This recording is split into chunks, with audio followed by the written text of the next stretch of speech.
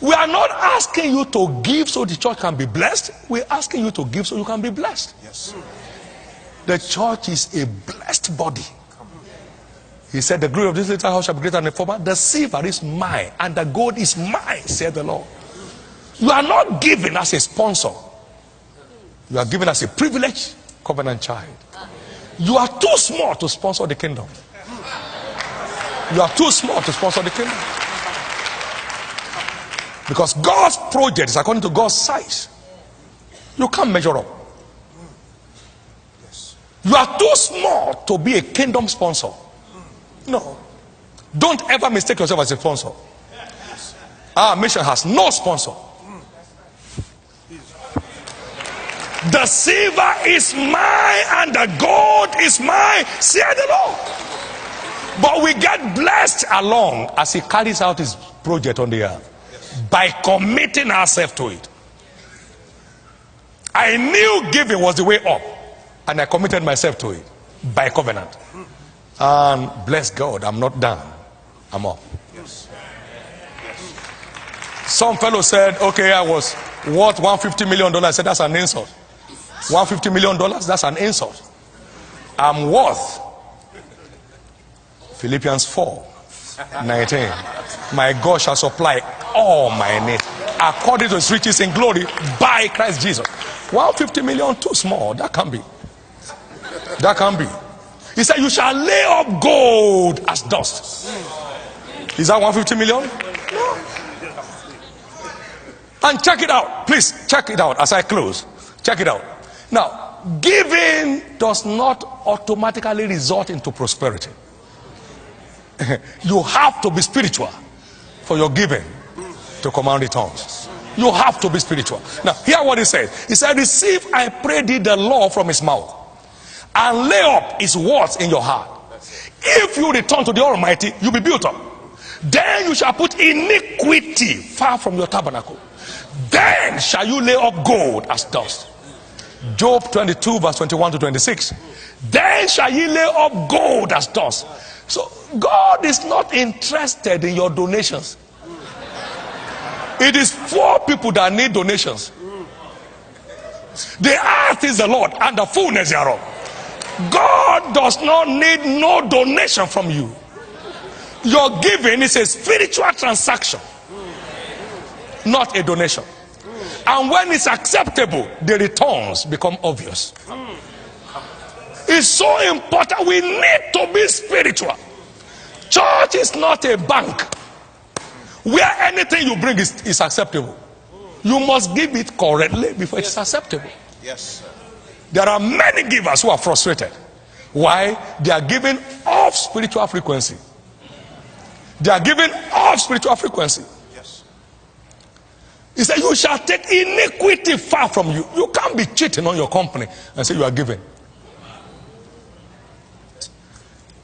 You can't be in drug business, destroying destinies, and say you are giving. These are all things. People need to know it. Yes. He said, it will purify us, then will our sacrifices be acceptable unto God. Malachi chapter 3, verse 1 to 5. So we need to have a spiritual root to assess our inheritance. Hear what Paul said. He said, I commend you to God and to the word of his grace, which is able to build you up and give your inheritance among them which are sanctified. So you don't have inheritance without a commitment to sanctification. Come on now. You don't have no inheritance. Acts chapter 20 and verse 32. You have no inheritance except you are committed to sanctification as a lifestyle. Striving to please God in the spirit. Walking in love. Not robbing people. Then you are up running.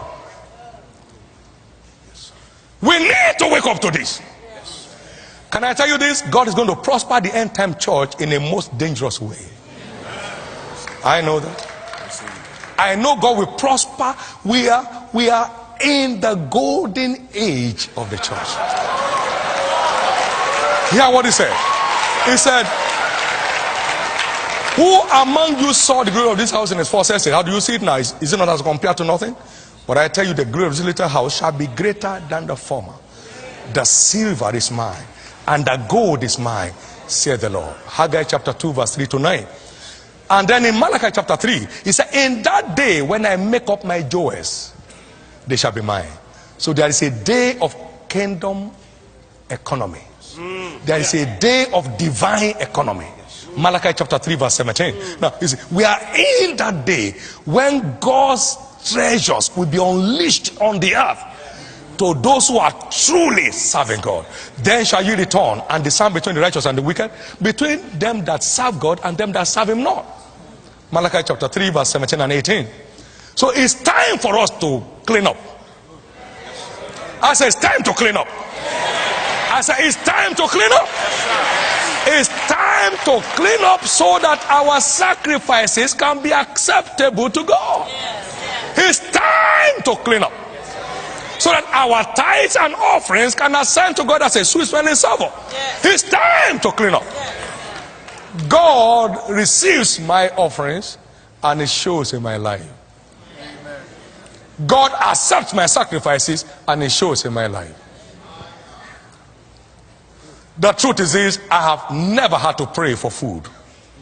I've never had to pray for payment of bills.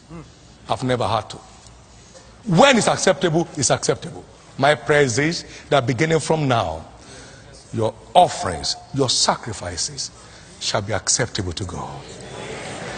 My God said, if you do what I'm asking you to do, you will lay up gold as dust, and the gold of offer as the stones of the brooks. He said, yea, the Almighty shall be thy defense, and thou shalt have what? Plenty of silver.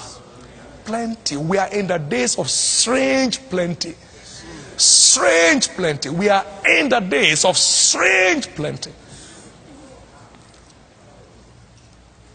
By the grace of God, we're starting up our third university very shortly. Activity is about to kick up because we want to remain the light of the world. We want to be part of putting smiles on the face of people. They need it, and if he sent us to offer it, let's go ahead and do it. And it's never failed once. Some strange things will happen by your hands between now and the next year convention. Individuals here, companies here, corporations here, God is going to visit you with very strange favor. Very strange favor. Just stay committed to God. Stay committed to the demands of the kingdom. Get excited.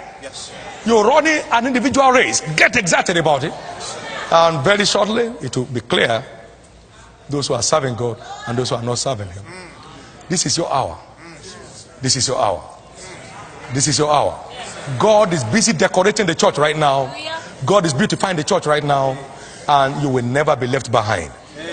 You will never be left behind. You will never be left behind. Come on, give the Lord a big hand of praise.